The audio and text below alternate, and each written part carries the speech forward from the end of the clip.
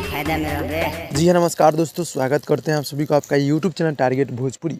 जी बता दूं कि भोजपुरी के हिट मशीन खेसारी लाल यादव जी का बहुत ही हाई लेवल का आप सबके बीच में गाना आ रहा है। जी हाँ दोस्तों, गाना बहुत ही हाई लेवल, बहुत ही बवाल का होने वाला है, जो कि 9 तारीख को गाना सुबह 6:30 पे देखने को मिलेगा। जी हाँ दोस्तों, एगो बात बताई गाने का बोल है, जो कि गाना पूरी तरह से बवाल है और शिल्पी राज डुइट में है। खेसारी लाल यादव जी और शिल्पी राज इस सॉन्ग को मिलकर पूरा किए हैं और ग्लोबल म्यूजिक जंक्शन से गाना देखने को मिलेगा, यानी कि 9 तारीख को सुबह 6:30 पे। जी हाँ दोस्तों, गाना बहुत ही हाई लेवल, बहुत ही बवाल का है, जो कि बहुत ही गजब का होने वाला है। गीत को लिखे आज़ाद सिंह जी और म्यूजिक है विशाल सिंह जी का। जी हाँ दोस्तों, काफ़ी गजब की म्यूजिक देते रहते हैं, तो गाना ग्लोबल म्यूजिक से छूट रहा है। गाना बहुत ही बवाल, बहुत ही हाई लेवल का है, जो कि पहला गीत है जो कि मतलब इस बार यानी कि हिट होने वाला है।